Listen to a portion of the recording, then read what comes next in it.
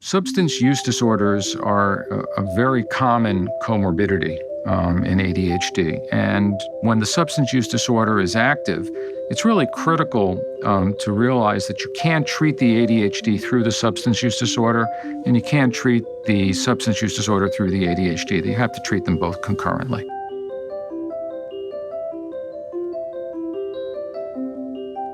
Welcome to Insights on Psychiatry. I am Dr. Charlie Marmer, Chair of the Department of Psychiatry at NYU, where I direct a center in precision psychiatry in PTSD and alcohol use. And it's my pleasure to welcome our distinguished guest today, Dr. Lenard Adler, who is the Pottash Professor of Psychiatry and Director of our ADHD Clinical Education and Research Program at NYU. It's a pleasure to be with you today, Charlie. While protecting patient privacy, can you tell me about a kind of composite case of someone who presents to you with ADHD, which is very difficult to care for? The patient may be referred from an internist or from another psychiatrist, and they present challenges that require a high level of expertise. So the type of patient that is one of the most difficult types of patients to treat is one who comes in with a mood disorder that may have been treated for depression. And there is concern there may be ADHD. And in the process of doing the evaluation, it comes out actually that one of the reasons that the depression has been difficult to treat is actually that there is a form of bipolar disorder that's been missed, and that has been contributing to some of the mood instability and potentially to some of the attention problems. Bipolar disorder and ADHD share some common features. They share problems in emotion regulation, problems in attentional mechanisms, impulsivity, and risk for addictive behavior. How do you think about the differential diagnosis? And I know that there's been a major controversy, especially in children and adolescents, about what is ADHD and what is bipolar disorder. So in general, bipolar disorder tends to be more episodic. And the disorders can co-occur, and co-occur anywhere from 10 to 20% of the time, actually. And when they do co-occur, bipolar disorder tends to be more severe.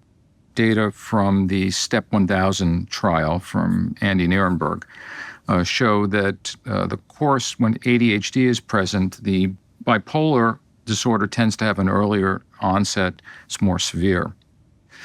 But when we look at trying to make the differential, in general, ADHD is a developmental disorder, tends to be more persistent through the lifespan, and we look for more of the cognitive-based issues in terms of trouble paying attention, distraction, some of the trouble with organization and planning, along with the hyperactivity, difficulty with restlessness, maybe impulsivity. But with bipolar disorder, those impulse-driven behaviors tend to be more episodic, whereas for ADHD, the threads run through the individual's life. So it's very interesting. So cross-sectionally, they may look more similar.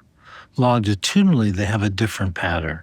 So if someone has a pattern of being ill and having some of these attentional and impulsivity problems, and they have interludes in which they function very highly with excellent attention, concentration, memory, and motion regulation, they're more likely to be in a euthymic period of a bipolar disorder than part of a chronic ADHD problem. Would that be fair? In general, I think that's a fair estimation. And it does highlight what I do talk with our trainees about, and that all of our adult patients were children once, and taking this developmental history is really critical. I think that it's also very, in my experience, in caring for both bipolar patients and ADHD problems, there are significant risks of addiction. How do you think about addiction in the context of ADHD?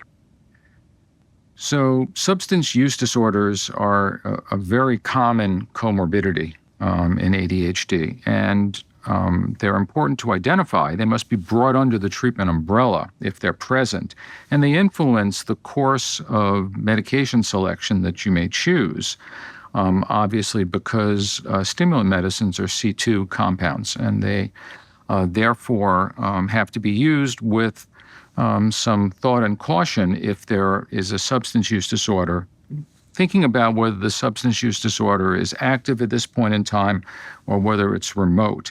But when the substance use disorder is active, it's really critical to realize that you can't treat the ADHD through the substance use disorder, and you can't treat the substance use disorder through the ADHD. You have to treat them both concurrently. How do you think about the use of stimulant medications, which are a first-line treatment for many people with ADHD, but are also drugs of abuse, or can be Adderall, other drugs, of course, major use on campuses for cognitive enhancement, but also misuse to some extent. How do you think about safely managing the risks of dependency or misuse in patients who really require a stimulant to function well? Well, I think it depends whether the patient has a history of substance use disorder or whether the substance use disorder is active or remote, and those will influence the selection potentially of a stimulant or a non-stimulant.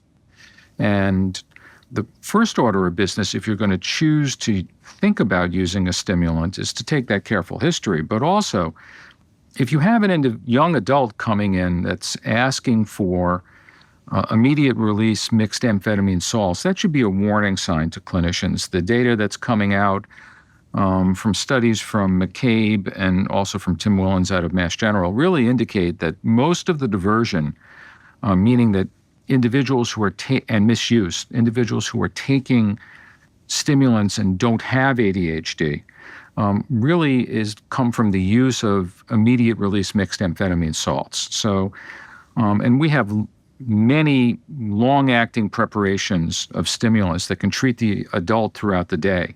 And if you have an individual coming in really demanding short-acting immediate release mixed amphetamine salts, bells and whistles should really go off for the clinician to think about whether this is someone who might be, not necessarily, but might be trying to misuse or divert, because why would you want to take a medication or insist on taking a medicine 3 to 4 times a day when we have a longer acting preparation that would cover them? When you're referred a patient who has been either unrecognized or undertreated for ADHD, and you're considering from a patient-specific perspective rather than a general guidelines perspective, whether to start with a stimulant medication, maybe Adderall, or a non-stimulant, maybe Strattera or one of those drugs, how do you think about that? Are there guidelines for our listeners? So in terms of actual guidelines, we don't have U.S. adult guidelines for the treatment of adults with ADHD. We have child guidelines, actually. And there are guidelines from Canada and Britain and Australia, actually. And we're in the process, actually, of designing those guidelines for treatment. And the American Professional Society of ADHD and Related Disorders will have guidelines coming out at some point in the near future, and I'm actively involved in the development of those guidelines. But in speaking of that decision in terms of whether to use a stimulant or a non-stimulant, there are some things that can be helpful for the clinician. The literature isn't that supportive here, but there are some things that can help. First thing is, what have they taken before? Many adults have had a treatment course as a child. May not have been all that long, but if they've taken a stimulant as a child and they've responded to something, that's fairly indicative they have a good chance of responding to that as an adult.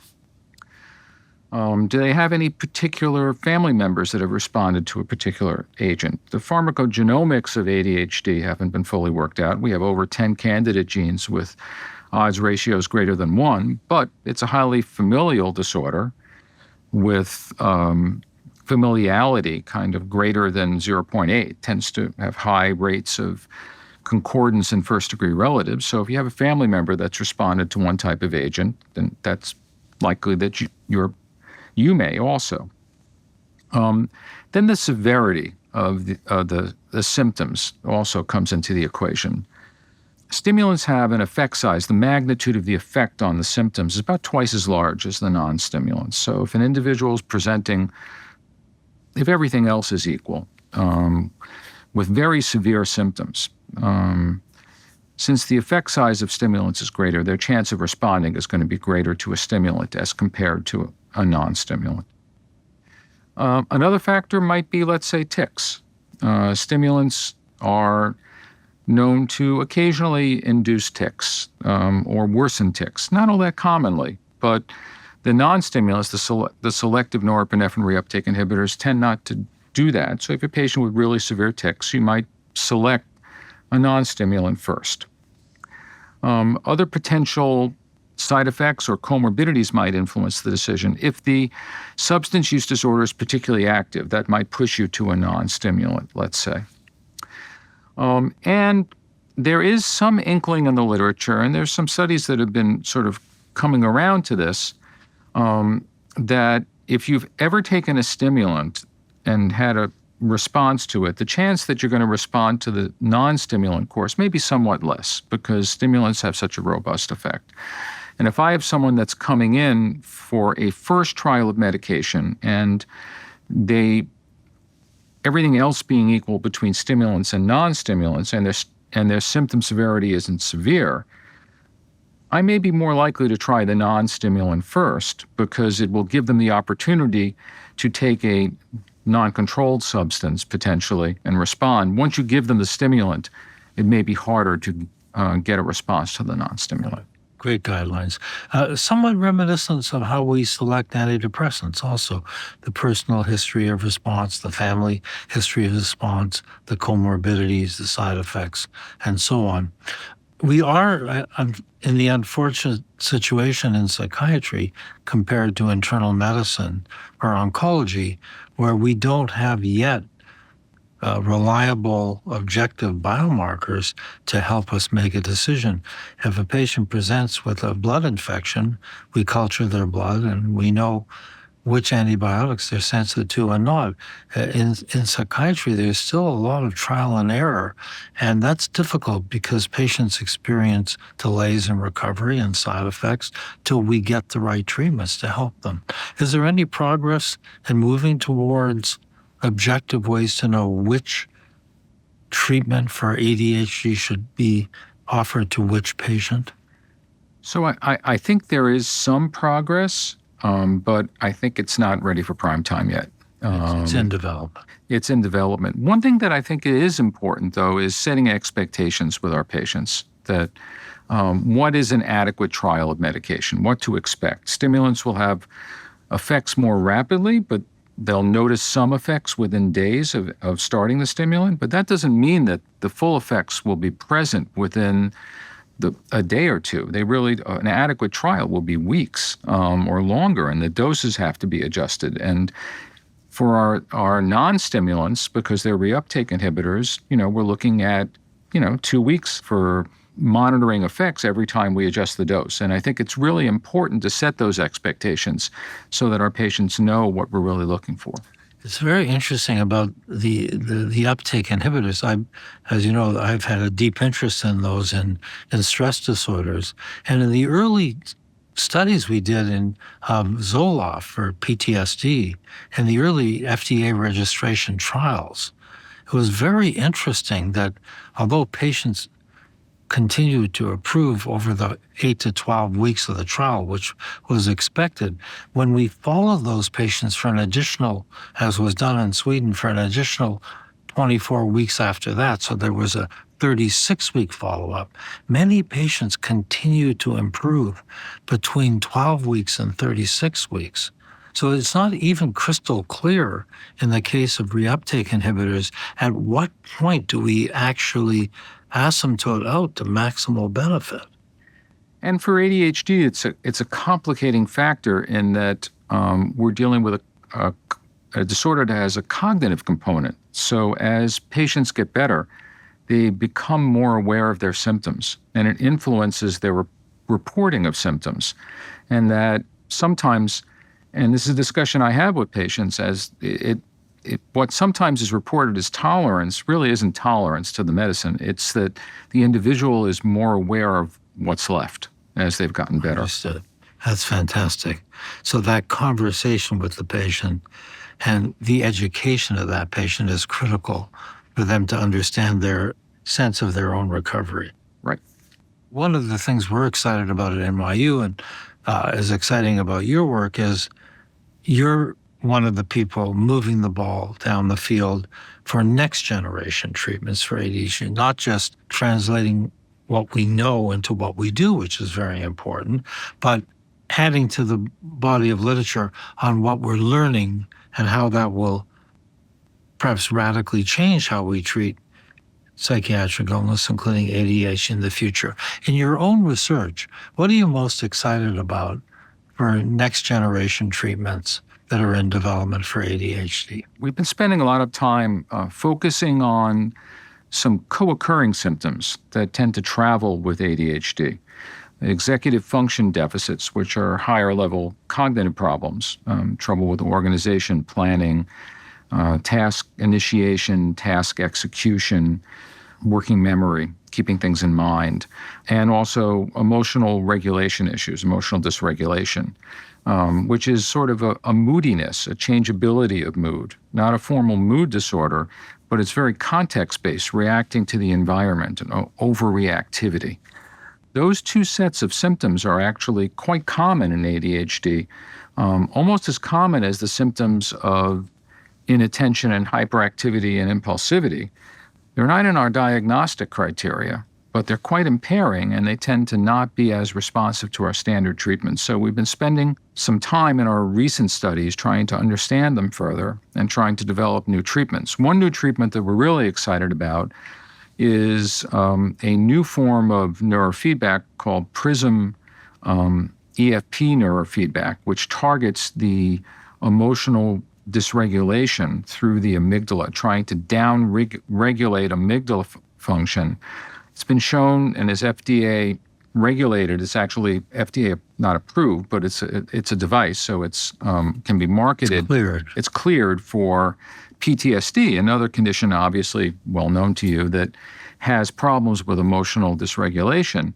And we did a pilot study that found it was highly effective in improving emotional dysregulation, but also improving ADHD symptoms very early in this pilot study. And we're hoping to follow it up in future investigations. So my understanding is, since I work on this with you, that PRISM EFP neurofeedback actually has a way to target the amygdala. But we don't do the work in a magnet. We do it in an office. How can you target the amygdala activity, which is deep in the brain, using an office EEG approach?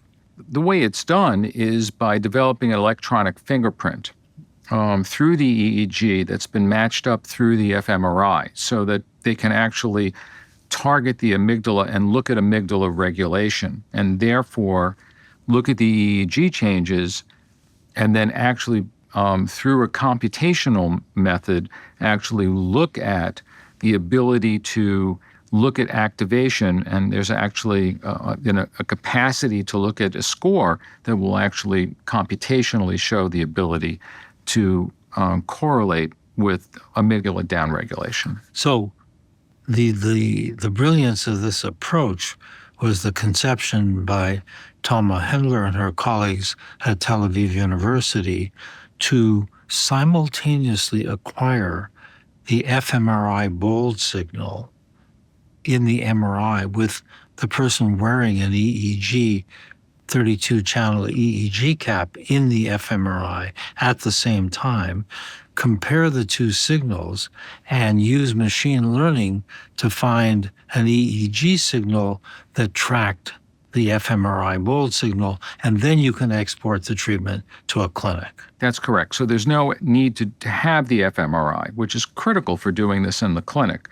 The other important thing in ADHD is that traditional forms of neurofeedback that target areas in the brain that are involved specifically in attention have not been shown to be effective when we use a control group. So our hope is to go ahead and do that next study with a larger sample and with a control group with PRISM EFP neurofeedback. Well, great luck with that research. It's been my pleasure speaking with Dr. Lenard Adler, the Pottash Professor of Psychiatry and the Director of ADHD Program at NYU, on current state-of-the-art treatment, and perhaps more importantly, envisioning the future of ADHD treatment, since we know that for many of our patients, ADHD is a lifelong vulnerability, which can have enormous effects on their relationships and their intellectual development, education, and work ability. And safely and effectively managing their ADHD can give them a much richer life. Thanks, Charlie. It's been a pleasure speaking with you today.